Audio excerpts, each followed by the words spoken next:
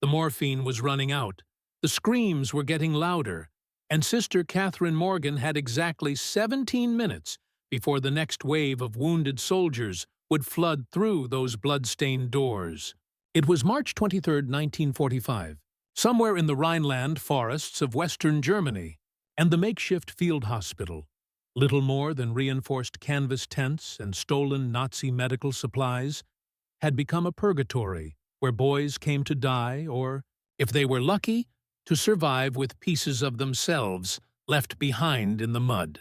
Catherine had stopped believing in fate 6 months ago, right around the time she held her 1,000th dying soldier and heard him call her by his mother's name. But then they brought in Lieutenant James Hartley with a piece of shrapnel lodged 2 inches from his heart, his dog tags reading, "O negative," in blood she couldn't afford to waste. And when his gray eyes met hers through the haze of shock and pain, something shifted in the universe. She didn't know it yet, but in 48 hours, a single choice would separate them across an ocean of war, and it would take 50 years, before she'd learn the truth about what happened to the man whose life she saved that night. Before we dive into this story, subscribe to this channel because the greatest love stories aren't found in fairy tales. They're buried in the forgotten corners of war. Quick question: where are you watching from?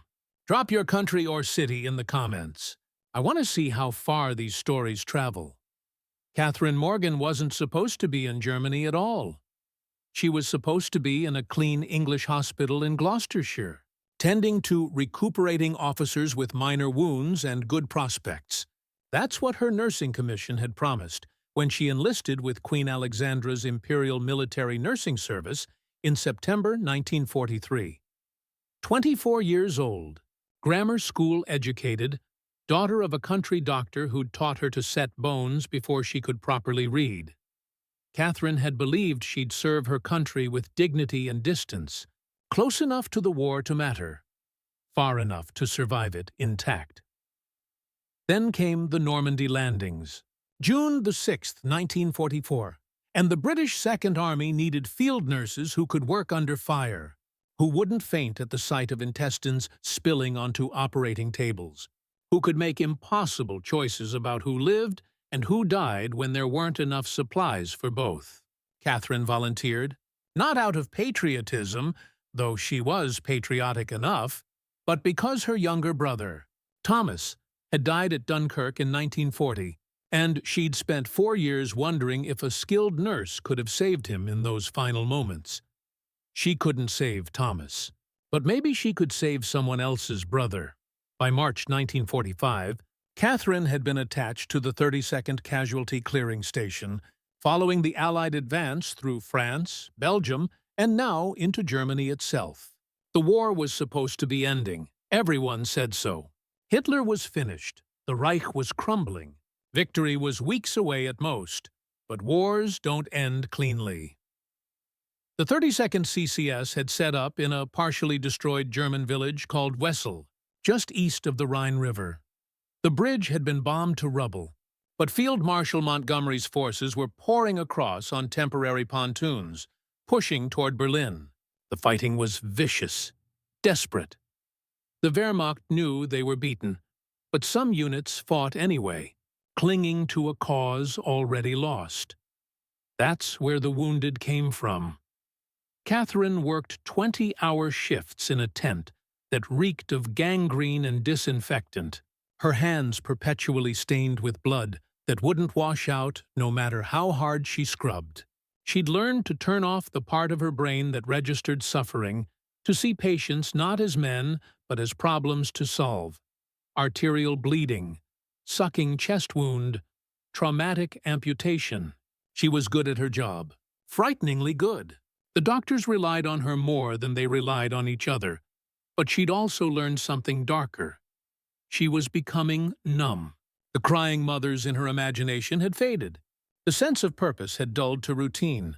She was saving lives not because it mattered, but because it was what she did, mechanically, endlessly, like a machine designed for mercy. Then they brought in Lieutenant James Hartley, and everything Catherine thought she'd learned about detachment shattered in an instant. It was 2:47 in the morning when the ambulance arrived. RBEE converted American Dodge truck with a red cross painted on the hood that hadn't stopped anyone from shooting at it. The orderlies carried in 6 stretchers. 4 were already dead, their faces covered with muddy blankets. The 5th was unconscious and missing his left leg below the knee. The 6th was James. Catherine saw him immediately, not because he was screaming, he wasn't, but because of the silence around him. The orderlies were handling his stretcher with unusual care, and the attending physician, Major Pembroke, went pale when he pulled back the field dressing and saw the wound. "Sister Morgan," Pembroke called, his voice tight. "I need you here, now." Catherine moved to the table. James Hartley was conscious, barely. His uniform was shredded across the chest, and there, lodged just beneath his left collarbone, angled down toward the heart, was a jagged piece of German shrapnel the size of a pocket knife. "Pulse is thready," Pembroke muttered, pupils responsive but sluggish. "He's bleeding internally. If we try to remove this without a surgeon—" "The surgeon's in the other tent with an abdominal evisceration," Catherine said quietly. "He won't be available for at least 30 minutes. Pembroke looked at her. "This man doesn't have 30 minutes, James's eyes opened. They were gray, not the pale gray of a winter sky, but deep storm cloud gray, the kind that looked like they held entire worlds. He focused on Catherine with an intensity that made her breath catch. "Ma'am," he whispered, his voice a rasp. "Am I dying?" Catherine's training said to lie, to comfort, but something in those eyes demanded honesty. "Not if I can help it," she said. "Good." He managed the ghost of a smile. "Because I promised someone I'd come home." "Who?" The question slipped out before Catherine could stop it. "My sister, Annie. She's 14. Parents are gone. Just us." His breathing hitched. "Can't leave her alone." Pembroke was preparing instruments, but his hands were shaking. Catherine realized with a shock that the Major was terrified. He didn't think he could save this man. "Major," she said quietly. "Let me." "Sister, you're not a surgeon." "No, but I've watched Dr. Carrington do this procedure 16 times. I know the landmarks, I know the anatomy, and my hands aren't shaking." Pembroke stared at her. Then, slowly, he stepped back. Catherine moved into position. She met James's eyes. "This is going to hurt. I don't have enough morphine to put you under. I can give you a local anesthetic, but you'll feel pressure, maybe pain. Can you handle that? Do I have a choice?" "No." "Then I can handle it." Catherine administered the lidocaine, then picked up the scalpel. The shrapnel was lodged at a precise angle, too far to the left, and she'd nick the subclavian artery, too far down, and she'd puncture the pericardium. She had to work blind, following the metal's edge with her fingers, feeling for the trajectory. James didn't scream. He didn't even flinch. He just kept his eyes on Catherine's face, as if her concentration alone could keep him alive. She worked for 11 minutes. The tent was silent except for her breathing and the wet sound of blood and tissue. Finally, she got the forceps around the shrapnel's base and pulled. It came free with a sickening slide. Blood welled up, but cleanly. No arterial spray. No catastrophic hemorrhage. Pembroke moved in to suture. Catherine stepped back, and only then did her hands start shaking. James was still watching her. "Thank you," he whispered. "Don't thank me yet," Catherine said. "You're not out of the woods." "But I'm not dead." "That's something." She found herself smiling despite everything. "Yes, Lieutenant. That's something. James Hartley should have been evacuated to a rear hospital within 12 hours. That was protocol. Stabilize, transport, treat at a proper facility. But the evacuation convoy didn't arrive on schedule. Heavy fighting near Wessel had closed the roads. Then the roads reopened, But there weren't. Take Annie West, maybe California. Buy a little house, teach mathematics, forget I ever saw a battlefield. He looked at her. What about you? Catherine hesitated. She'd never thought about after. After had always been an abstraction, a future that belonged to other people. I don't know, she admitted. Go back to England, I suppose. Find some village hospital. Tend to colds and broken arms and women in labor. Sounds peaceful? Sounds boring. James laughed, then winced. Boring doesn't sound so bad from where I'm sitting. No, Catherine said softly. I suppose it doesn't. Their fingers brushed as she tied off the bandage. Neither of them pulled away. Catherine, James said quietly. It was the first time he'd used her first name. If things were different, if we'd met somewhere normal, somewhere without all this— Don't, she interrupted. Please don't. Why not? Because you're going to leave. Tomorrow, or the next day, you'll be evacuated to England or France, and then you'll go home to Vermont. And I'll stay here until the war ends, and then I'll go back to my village hospital. And this— She gestured at the space between them. This is just a moment, a strange, impossible moment. We can't build anything on it. What if I don't want to let it go? Catherine's throat tightened. Then you're a fool, Lieutenant. Probably. He caught her hand, held it gently. But I think you might be a fool, too. She wanted to pull away. She wanted to remind him of regulations, of propriety, of the 100 reasons why a nurse and a patient shouldn't, feel anything beyond professional care. But she didn't. She sat beside his cot, her hand in his, and for the first time in 6 months, she let herself feel something other than numb. The evacuation convoy arrived at dawn on March 25th. Catherine was asleep, a rare 3-hour break, when Major Pembroke shook her awake. Sister Morgan, they're loading the ambulances. Hartley's on the list. She was up instantly, pulling on her uniform, her heart hammering. She'd known this was coming. Of course she'd known. But knowing didn't make it easier. James was already on a stretcher when she reached the ambulance staging area. He was awake, arguing with an orderly about something. When he saw Catherine, he stopped mid-sentence. Hey, he said softly. Hey. She knelt beside the stretcher. How are you feeling? Like I got hit by shrapnel and had it pulled out by the most beautiful nurse in Europe. Despite everything, Catherine laughed. Flattery won't get you better morphine rations. Worth a try. The orderlies were loading other stretchers. Time was running out. James, Catherine said, and her voice cracked. I need you to know. I know, he interrupted. I know, Catherine. I feel it too. This is insane. War is insane.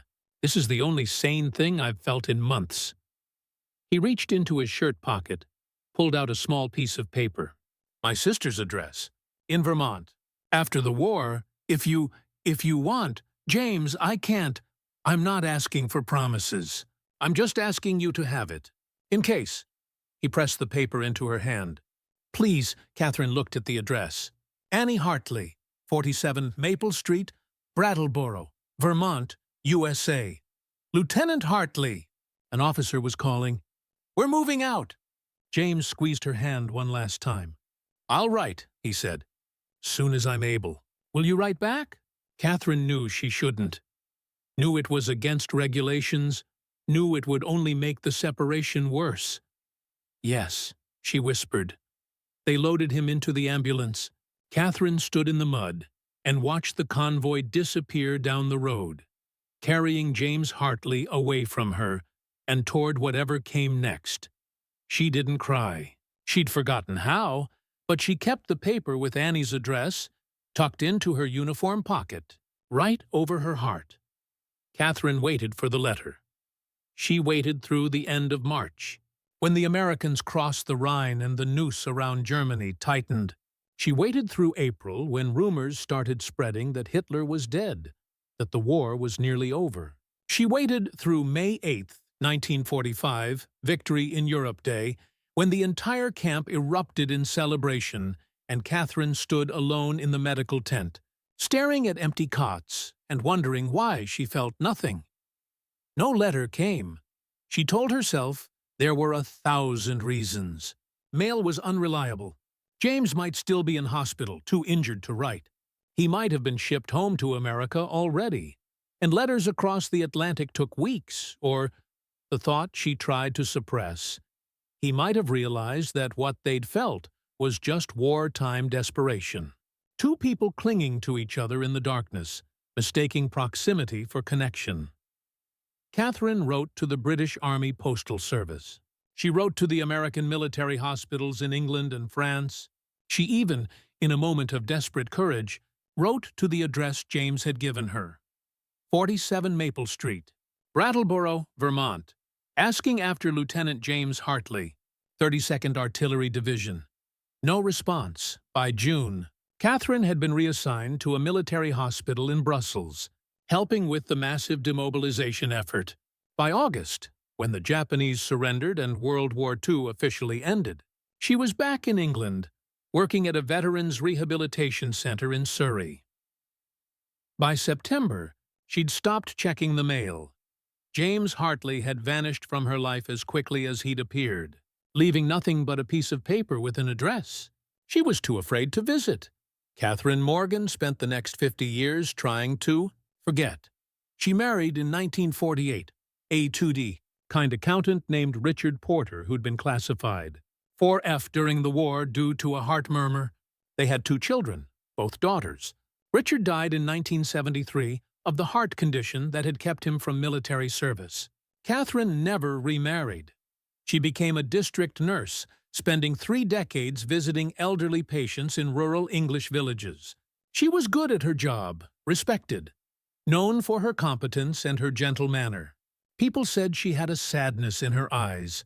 But then, everyone who'd lived through the war had that. She never forgot James Hartley. How could she? His gray eyes appeared in her dreams. His voice echoed in quiet moments. Sometimes she'd pull out that old piece of paper, still creased, still stained with the mud of a German field hospital, and wonder, just wonder. But she never went looking, never tried to find out what had happened, because some part of her knew, had always known, that the not knowing was kinder than the truth. On April 12, 1995, Catherine Morgan, now 74 years old and living in a small cottage in the Cotswolds, received a letter. It was from America, Vermont, to be precise. The return address said, A. Hartley. Catherine's hands shook as she opened it. Dear Mrs. Porter, my name is Annie Hartley Thompson, and I believe you knew my brother, James, during the war. I found your name in his effects. He kept a small journal, and you were mentioned several times. I'm writing because I think you deserve to know what happened to him. I think you deserve to know the truth. James was evacuated from the field hospital in Wesel on March 25, 1945. He was taken to a British military hospital in northern France. The wound you treated had become infected. Not your fault, he wrote. The conditions were impossible. They operated, but the infection had spread to his heart. He developed endocarditis. He died on April 3, 1945, 3 weeks after you saved his life. Catherine stopped reading. The paper blurred, died, April 3, 1945. While she'd been waiting for his letter, he'd been dying. While she'd been wondering why he didn't write, he'd been in a hospital bed, fighting an infection that antibiotics couldn't touch. She forced herself to continue reading. Before he died, he wrote letters. Several letters. One was to me, telling me he'd met someone extraordinary, someone who'd made him believe the world could still be good. He said he'd fallen in love with a British nurse named Catherine, and if he survived, he was going to find her and marry her. Regulations be damned. He wrote you a letter, too. He gave it to a British chaplain and asked him to post it. The chaplain promised he would. But I don't think he ever did, because I never heard from you. And I don't think you ever heard from James. I'm enclosing the letter my brother wrote. It's been sitting in a storage box for 50 years, along with his other effects that the Army sent back to me. I found it when I was cleaning out my attic. I debated whether to send it. You have your own life now, and maybe this would only bring pain. But James loved you. I could hear it in his voice when he talked about you in his diary, and I think if he'd had the strength, he would have moved heaven and earth to get this letter to you. So I'm doing it for him. I'm sorry it took 50 years. With sincere regards, Annie Hartley Thompson. Enclosed in the envelope was a second letter, yellowed and sealed. Catherine's name was written on the front in handwriting she didn't recognize, but somehow knew. She opened it with trembling fingers.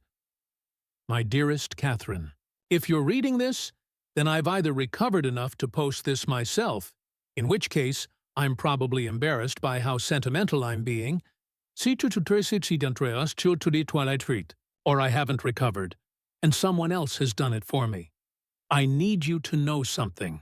The 48 hours I spent in your care were the most important 48 hours of my life.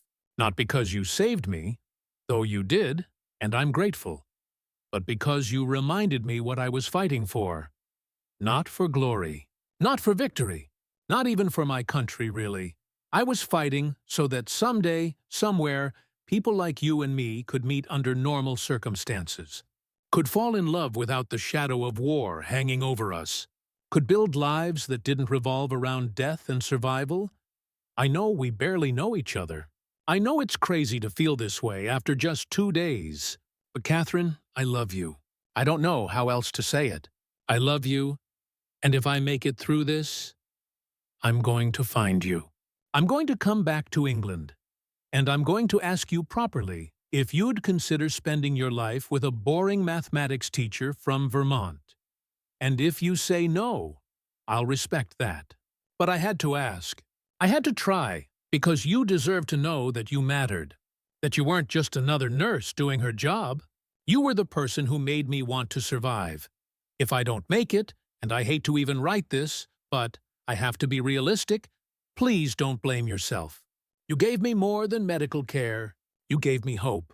You gave me something to fight for, and that's more than most men get. Take care of yourself, Catherine. Live a good life. Be happy. And maybe, someday, when you're old and gray and sitting in a garden somewhere, think of me. Just for a moment, I'll be thinking of you. Wherever I am, all my love. James. Catherine sat in her cottage, holding a letter that should have reached her 50 years ago. And finally, she let herself cry. Annie's letter included a phone number. Catherine called it that evening. Annie Hartley Thompson was now 64 years old, a retired librarian living in Burlington, Vermont. Her voice was warm, kind, tinged with the same sadness that Catherine recognized in herself. They talked for 2 hours. Annie told her about James, the brother who'd raised her after their parents died, who'd sent her his military paychecks so she could stay in school, who'd written her letters from the front lines that were full of optimism and lies because he didn't want her to worry. He talked about you in his last letter to me, Annie said. He said he'd found someone who understood him, someone who saw past the uniform and the war and everything else. I wish I'd known, Catherine whispered. I waited for him. I waited so long. He would have wanted you to live your life, to be happy. I did live my life. I had a husband, children, a career. But there was always a space, a question mark. I never knew what happened to him. Now you know. Yes. Catherine closed her eyes. Now I know. There was a long pause. Then Annie said, would you like to visit? I have some of his things. Photos, letters, his medals. You should see them. Catherine was 74 years old. She'd spent 50 years being practical, responsible, careful. She'd spent 50 years not taking risks. Yes, she said. I'd like that very much. Catherine flew to America in the summer of 1995. It was her first time crossing the Atlantic, her first time seeing the country James had called home. Annie met her at the Burlington airport. They recognized each other immediately, not by appearance, but by the shared grief in their eyes. They drove to Brattleboro together. Annie showed Catherine the house where James and Annie had grown up, now owned by someone else. The high school where he'd taught mathematics. The small cemetery where he was buried, beneath a simple military headstone. Catherine stood at his grave for a long time, her hand resting on the sun-warmed marble. "I would have loved you," she whispered. "If we'd had the chance, I would have loved you so much." The wind rustled through the trees. Somewhere nearby, children were playing. The world had moved on, as worlds do, but Catherine stayed a while longer, saying the goodbye she'd never gotten to say. That evening, in Annie's garden, surrounded by late summer flowers and the soft hum of insects, Catherine finally asked the question she'd been carrying for 50 years. "Do you think it would have worked? If he'd survived, if we'd found each other again? Do you think we would have been happy?" Annie thought for a moment. "I don't know," she said honestly. Maybe not. War does strange things to people. Sometimes what feels real in the moment doesn't survive peace. But sometimes it does. Sometimes it does. Catherine looked out at the garden, at the peaceful Vermont landscape that James had wanted to show her. "I spent 50 years wondering what if, and now I'll spend the rest of my life knowing the answer. Which is that it doesn't matter." Catherine's voice was steady. "It doesn't matter if we would have worked out or fallen apart. What matters is that for 48 hours, in the middle of the worst war in human history, two people found something good, something real, and that goodness existed, even if it didn't last." James would have liked that answer, Annie said softly. "I hope so." They sat in silence as the sun set over Vermont, two women connected by a man they'd both loved in different ways, across the unbridgeable distance of time. Catherine Morgan returned to England a week later. She lived another 12 years, dying peacefully in 2007 at the age of 86, surrounded by her daughters and grandchildren. Before she died, she asked to be buried with two things: her wedding ring from Richard, the kind man who'd given her a good life, and James's letter, the one that had taken 50 years to reach her. Her daughters honored her wishes.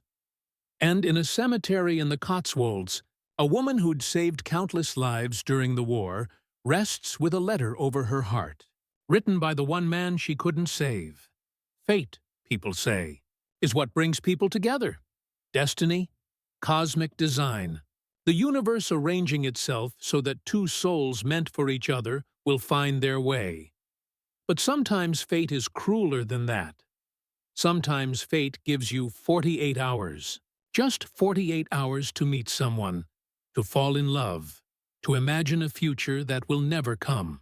And then fate takes it all away, not dramatically. Not in some grand tragedy, but quietly, through an infection, through a lost letter, through the simple, brutal randomness of war. Catherine and James met in a battlefield hospital. They fell in love across blood-stained cots and morphine-rationed nights.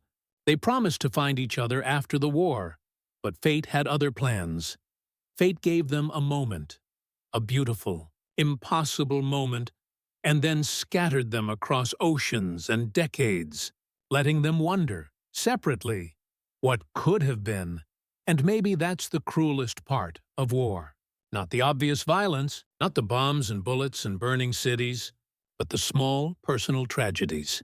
The letters that never arrive, the loves that never bloom, the futures that die in hospital beds while the people who might have lived them wait, endlessly, for a knock on the door that never comes. Catherine saved James's life, but she couldn't save his future, couldn't save their future. Nobody could, because that's what fate decided. And all we can do, all any of us can do, is carry the memory forward and remember that love doesn't need forever to matter. Sometimes 48 hours is enough. So here's what I want you to take from this story. Every person you meet carries their own battlefield, their own wartime hospital, their own James Hartley who slipped away before they could say goodbye. Maybe it's someone you lost to distance, to circumstance, to time. Maybe it's someone you're still waiting to hear from. Or maybe, it's someone you can still reach. Someone you can still call, or write to, or visit before fate makes that choice for you. Don't wait 50 years for a letter that might never come.